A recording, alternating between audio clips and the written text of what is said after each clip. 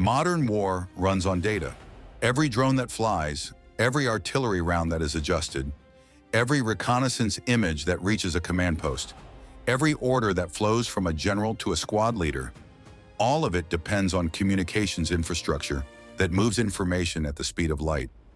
In the war in Ukraine, both sides have become dependent on digital connectivity in ways that no previous conflict has ever seen. Drone operators stream live video from their aircraft to command posts kilometers away. Artillery forward observers transmit precise coordinates through encrypted digital channels. Intelligence analysts share satellite imagery and intercepts across networks that link dozens of units in real time.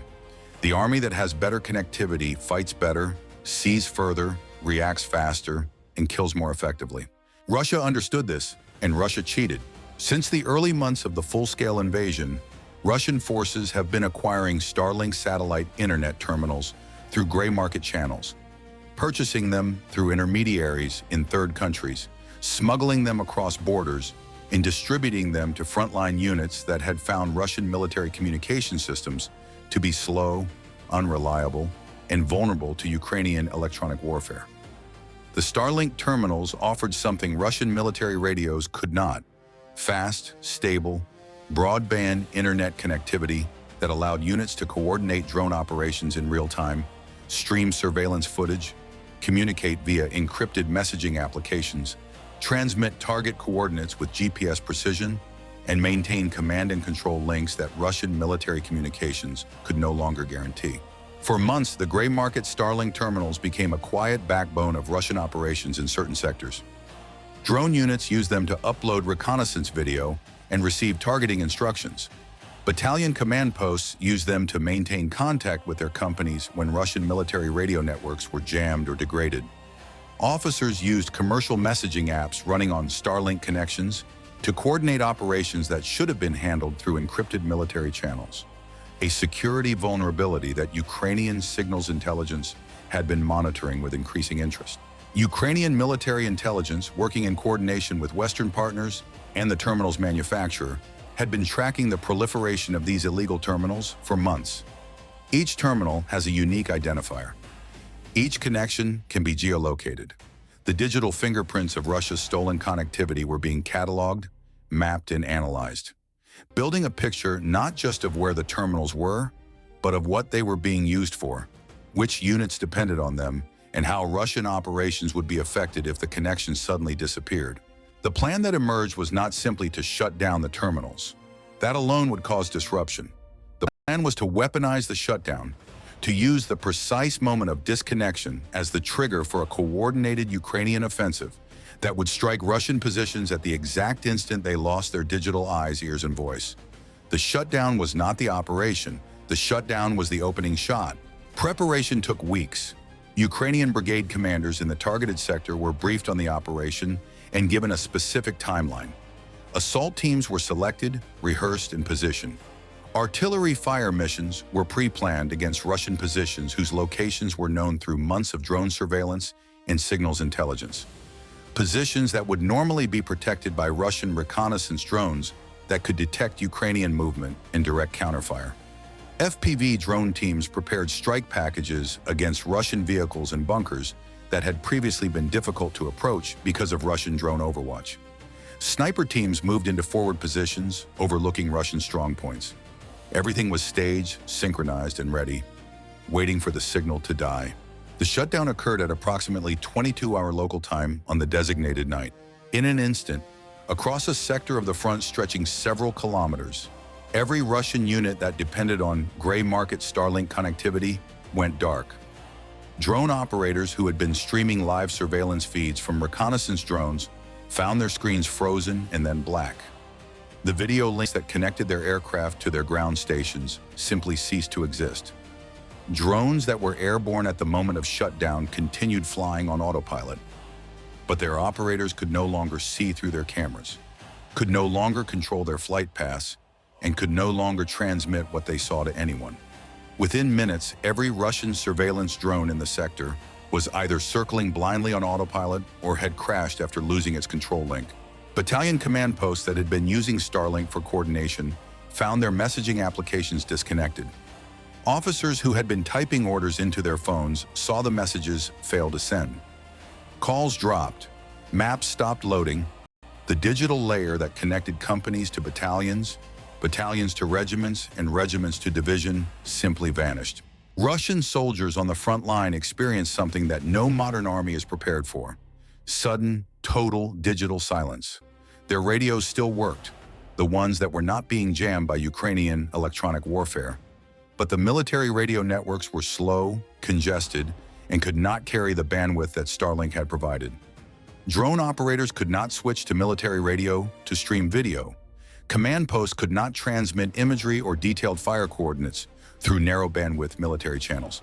The Russian forces in the sector were suddenly thrown back into analog warfare, a mode of operation that their procedures, their training, and their equipment were no longer designed for. The Ukrainian assault began 17 minutes after the shutdown, precisely enough time for the chaos to reach maximum effect, but not enough for Russian units to adapt or establish backup communications. The first blow came from Ukrainian FPV drones. With Russian surveillance drones blind or crashed, the sky over the Russian positions was empty for the first time in months. Ukrainian drone operators, who maintained their own connectivity through Ukrainian military networks and had not been affected by the shutdown, launched coordinated strikes against targets they had been watching for weeks but had been unable to approach because of Russian drone overwatch. The first wave of FPV drones, more than 20, launched simultaneously from multiple positions, descended on Russian armored vehicles parked in positions that had always been protected by Russian reconnaissance drones, providing early warning. Without that early warning, the first indication that Russian vehicle crews received was the sound of a shaped charge detonating on their hull. 3 T-72B3 tanks were hit in the first 8 minutes. 2 were destroyed outright. 1 by a drone that penetrated the turret ring and detonated the ammunition in the autoloader, sending the turret rocketing skyward in a catastrophic explosion that Russian soldiers in nearby trenches described as feeling like an earthquake. The second tank was struck on its engine deck by 2 drones in rapid succession. The first pierced the thin rear armor and severed fuel lines. The second detonated the leaking fuel, engulfing the vehicle in a fire that burned with such intensity that its ammunition began cooking off within minutes, sending shells whistling in random directions for over an hour. The third tank was disabled by a drone that sheared off its right track. The crew abandoned the vehicle and fled into the trenches, where they found only chaos and confusion. 4 BMP-2 infantry fighting vehicles were struck in the same window. 2 were destroyed outright, their thin aluminum armor providing no meaningful protection against shaped charges that could penetrate tank steel. The crews had no time to react, no time to start engines, no time to button up hatches. They died sitting in vehicles they thought were safe because, until 17 minutes ago, Russian surveillance drones would have spotted any approaching threat and given them warning. Now the sky was empty and the drones came from nowhere. The other 2 BMPs were disabled, one with its turret jammed by shrapnel from a near miss, the other with its engine compartment punctured and leaking fluid. A fuel truck parked behind a tree line, a position that Russian commanders had considered concealed and safe from Ukrainian observation, was hit by a single drone and erupted in a fireball visible for kilometers, illuminating the surrounding terrain and silhouetting Russian soldiers who were running between positions, trying to understand what was happening. An ammunition stockpile concealed in a drainage culvert was struck by 2 drones in quick succession, triggering a devastating series of secondary explosions that scattered shells, crates, and debris across a 100-meter radius and continued detonating sporadically for over an hour, making any approach to the area suicidal. While the drone strikes were reducing Russian vehicles and supplies to burning wreckage, Ukrainian artillery opened fire on pre-planned targets with devastating effect. Without Russian surveillance drones to detect the muzzle flashes of Ukrainian guns and relay counter-battery coordinates, Ukrainian batteries operated with a freedom they had not experienced in months. 6 batteries fired simultaneously, firing shells onto Russian trench positions, bunker complexes, assembly areas, and the roads behind the front line where Russian reinforcement and supply vehicles would normally move. The fire was methodical and relentless, each battery working through its pre-planned target list with mechanical precision, And for the first time in the memory of the Ukrainian artillerymen pulling the lanyards, no Russian counter-battery fire came in response. No Russian drones appeared overhead to spot their positions. No Russian shells whistled back. The silence from the Russian side was eerie and absolute, and the Ukrainian gunners exploited every second of it. Then came the infantry. Ukrainian assault teams, 3 separate groups, each consisting of 12 to 15 experienced stormtroopers, crossed no man's land under cover of the artillery barrage in the darkness. They moved toward 3 Russian strongpoints that anchored the defensive line in the sector. Under normal circumstances, these assaults would have been detected by Russian surveillance drones minutes before they reached the objective, giving the defenders time to prepare, call for artillery support, and direct their own drones against the approaching Ukrainian soldiers. Tonight, none of that happened. The sky was empty. The screens were dark. The radios were screaming with confused, panicked voices asking what was happening and receiving no coherent answers. The first strong point, a reinforced bunker complex at the junction of 2 trench lines, was assaulted at approximately 22:35. Ukrainian soldiers breached the outer perimeter using fragmentation grenades and suppressed rifles, moving through the trench system with practiced efficiency. Russian defenders, disoriented by the sudden loss of their digital support network and the simultaneous artillery barrage, offered sporadic resistance.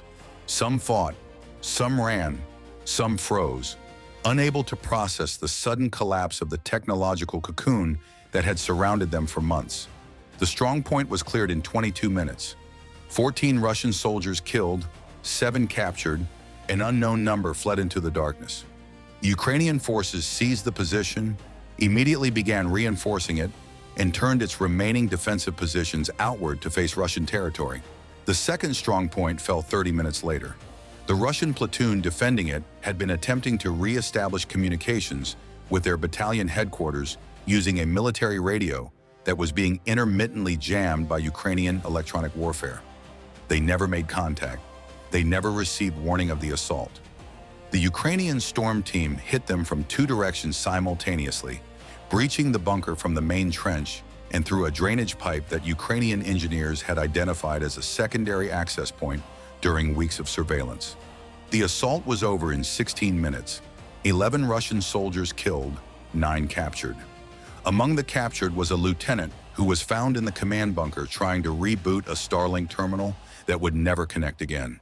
The third strong point proved harder. The Russian soldiers defending it, approximately 25 men, had reacted to the sound of fighting at the first 2 positions and had organized a hasty defense using their remaining ammunition and light weapons. They had placed a PKM machine gun covering the primary approach and had positioned riflemen in secondary positions along the trench.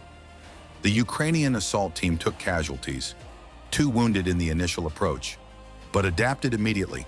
They called in FPV drone strikes on the machine gun position, waited for the detonation, and then breached from a flank that the drone strike had opened. The fighting inside the trench was close and vicious. Grenades, automatic weapons, bayonets at one point. After 38 minutes, the position was secured. 18 Russian soldiers killed, 4 captured. The Ukrainian team had suffered 2 wounded, the only Ukrainian casualties of the entire night's operation. By midnight, 2 hours after the Starlink shutdown, Ukrainian forces held 3 former Russian strongpoints and had destroyed or disabled 7 armored vehicles, a fuel truck, an ammunition stockpile, and multiple fortified positions. The sector of the front had shifted by several hundred meters in Ukraine's favor. Russian forces behind the lost positions were in disarray, unable to coordinate a counterattack because the communications infrastructure they had built their operations around had been severed at its root. Analysis of Russian losses. Personnel, approximately 43 Russian soldiers killed, 20 captured across 3 strongpoints, plus an unknown number killed in vehicle strikes and artillery bombardment. Total estimated casualties, 8,100 killed, wounded, and captured. Equipment, 3 T-72B3 tanks, 2 destroyed, 1 disabled, $7.5 million. 4 BMP-2 IFVs, 2 destroyed, 2 disabled, $406 million. 1 fuel truck, 1 ammunition stockpile, fortification materials, communications equipment, personal weapons, approximately $4 million. Multiple Starlink terminals rendered permanently inoperable. Minor cost, but devastating operational impact. Total material losses, approximately 17.5 million. Territorial losses. 3 fortified strongpoints that Russian forces had held for weeks and had invested significant engineering effort to construct and reinforce. Recapturing these positions, if Russia even attempts it, will cost additional lives, ammunition, and time. The deeper lesson. This operation exposed a vulnerability that extends far beyond a single sector of the front. Russia's growing dependence on commercial, gray market technology to compensate for the failures of its military communication systems has created a strategic weakness that is structural, systemic, and ultimately fatal. Because Ukraine and its partners can exploit it at a time and place of their choosing, again and again. Every Russian unit that builds its operations around stolen Starlink connectivity is building on a foundation that can be pulled away in an instant. The terminals can be identified by their unique hardware signatures. Their connections can be geolocated to within meters. Their usage patterns, which units connect, when, for how long, and how much data they transfer, can be monitored and analyzed to reveal the operational rhythms of the units that depend on them. And when the decision is made to shut them down, the disconnection is total, immediate, and irreversible. There is no workaround. There is no backup that provides equivalent capability. The soldiers who depended on those terminals are left in a technological void that their training, their equipment, and their procedures cannot fill. Russian military communication systems, many designed decades ago, degraded by Western sanctions on electronic components, and overwhelmed by the enormous data demands of modern drone warfare, are structurally incapable of replacing what Starlink provided. The bandwidth is too narrow to support video streaming from reconnaissance drones. The networks are too congested to handle the simultaneous communications of dozens of units in active combat. The encryption protocols are too slow for real-time coordination. The reliability is too poor for operations that depend on constant connectivity. Russian forces that lose their commercial internet do not simply revert to a slightly less capable version of their current operations. They revert to a fundamentally different and vastly inferior mode of warfare. A mode in which they cannot coordinate drone swarms, cannot share real-time intelligence imagery, cannot communicate effectively across dispersed positions, and cannot respond to Ukrainian attacks with the speed that survival on this battlefield demands. The dependency is deepening, not lessening. As Russian military communications continue to degrade under sanctions pressure and Ukrainian electronic warfare, frontline units are becoming more reliant on commercial solutions, not less. Every month that passes, every new unit that adopts gray market Starlink as its primary communications backbone, the vulnerability grows. And Ukrainian intelligence is watching every new terminal that appears, mapping every new connection, and adding it to the database that will be used to plan the next shutdown and the next assault that follows it. Strategic implications. This engagement demonstrated a form of warfare that has no precedent in military history. The deliberate, coordinated disruption of an enemy's commercial technology infrastructure as the opening phase of a kinetic military operation. It is not electronic warfare in the traditional sense, jamming radios, spoofing GPS signals.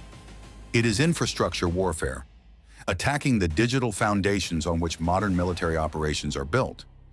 And Ukraine has proven that it can execute this form of warfare with devastating effectiveness.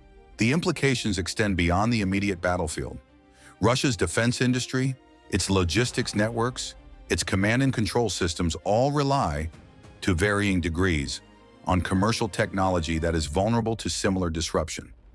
Sanctions have forced Russian military manufacturers to use commercial-grade chips, sensors, and communications components in military equipment. Gray market supply chains that provide these components are fragile, traceable, and subject to interdiction. The same principle that turned a Starlink shutdown into a battlefield disaster can be applied across the entire spectrum of Russia's technology dependencies. Since February 2022, Russia has lost approximately 1,149,000 soldiers killed and wounded, over 11,600 tanks destroyed, tens of thousands of vehicles lost.